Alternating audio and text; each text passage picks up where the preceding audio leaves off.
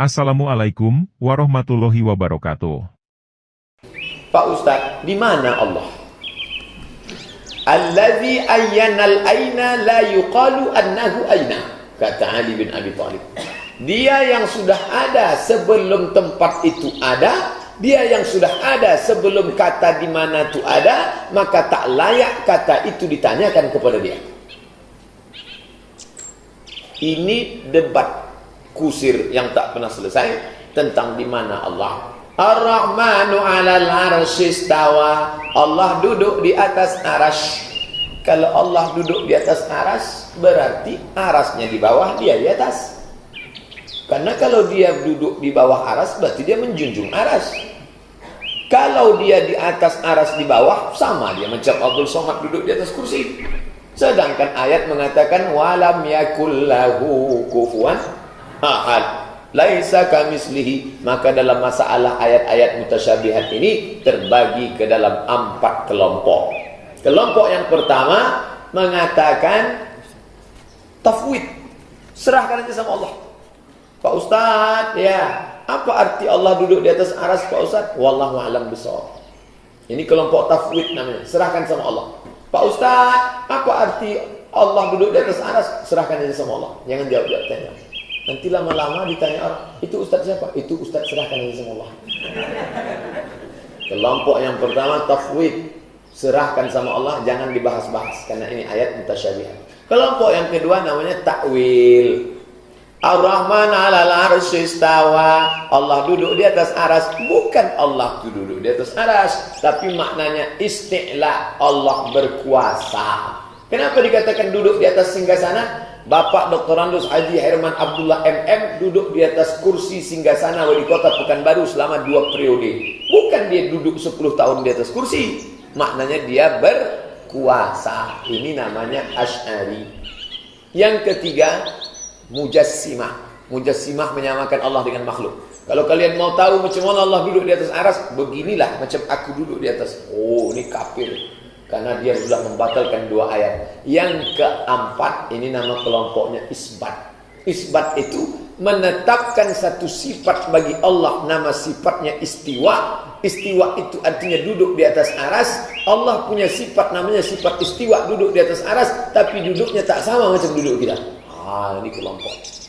Ustadz sendiri condong kemana? Saya secara umum tafwid, serahkan sama Allah. Tapi kalau mahasiswa atau kalangan akademisi bertanya, Pak Ustadz, apa arti Allah duduk atas aras? Ustadz tanya-tanya, serahkan aja sama Allah. Maka tengok, dalam masalah akidah yang paling selamat Asy'ari.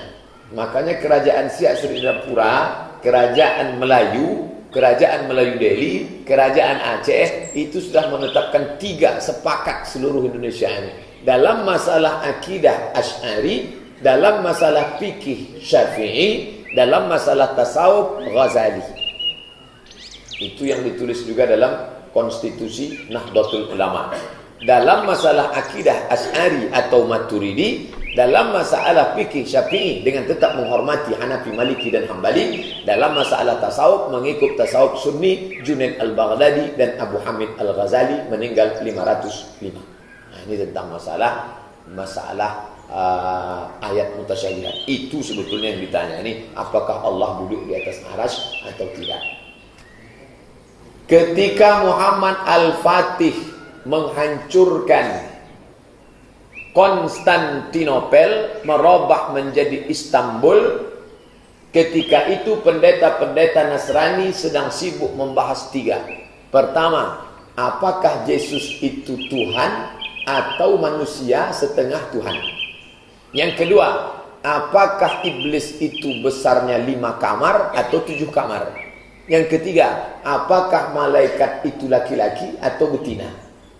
Hebohlah mereka mengkaji ini, masalah skolastik ini, sampai akhirnya Muhammad al-Fatih merebut kekuasaan. Belajar dari sini, jangan sampai kita sibuk membahas Allah duduk di atas aras atau tidak, akhirnya tanah kita habis diambil, huta julu, huta ginjang, raja gubuk, sinambela. Awak masih juga asik membahas Allah duduk di atas aras atau di mana? Belajar dari kekacauan yang terjadi di Konstantinopel. Asiklah orang Konstantinopel membahas.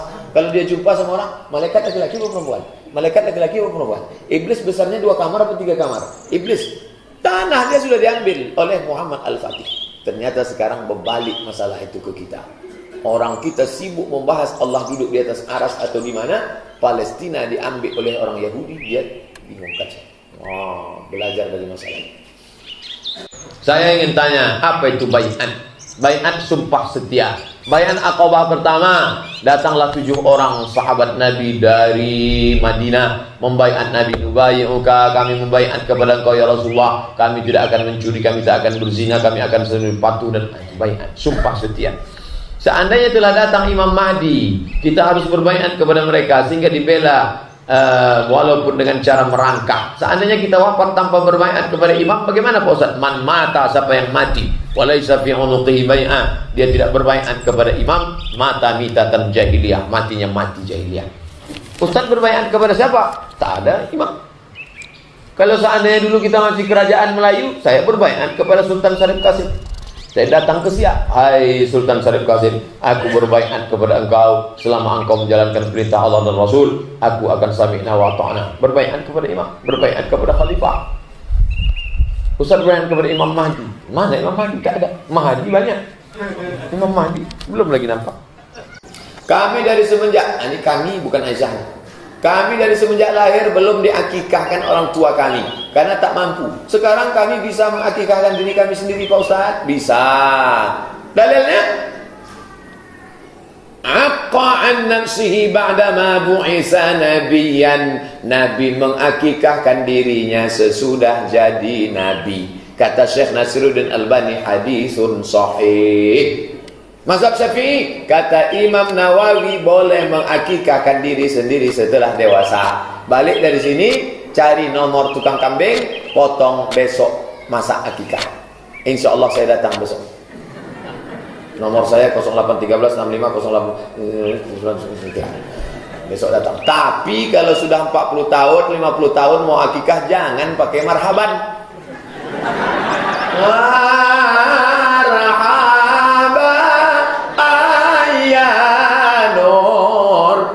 Disangkan cucu dia yang lupa nenek bayu. Patah dia bayunan. Bolehkah berdoa untuk almarhum di kuburnya? Kata Nabi, kalau engkau lewat di kubur wahai Aisyah, janganlah kau diam saja. Jadi bacalah doa ini. Apa doanya? Assalamualaikum ya ala diyar minal mu'minin wa inna insyaallah bikum lahiqun yarhamullahu mustaqdimin wal mustaqirin nasallallahu lana wa lakumul afiyah. Itu doa untuk orang mati di kubur. Nabi pergi, dia tengok ada orang baru meninggal, masih basah kuburnya. Kata Nabi, ini kubur siapa? Ini kubur si fulan. Kenapa kalian tak kasih tahu saya? Karena dia orang sepele, remeh-temeh. Nabi marah. Langsung Nabi berdoa, sholat jenazah dari atas. Allahu Akbar, Al-Fatihah. Allahu Akbar, salawat. Allahu Akbar, Allahumma firlaha. Kebetulan perempuan. Warhamha wa'afiha wa'afu'anha wa kibuslah. Allahumma ta'lim ajraha wa la taftina ma'anahu. Jadi masalah mendoakan, bisa sholat. Kalau dari jauh sholat wajib, dikubur bisa sholat, bisa pula dengan doa di situ. Allahumma maghfir lahu warhamhu dan lain sebagainya. Walaula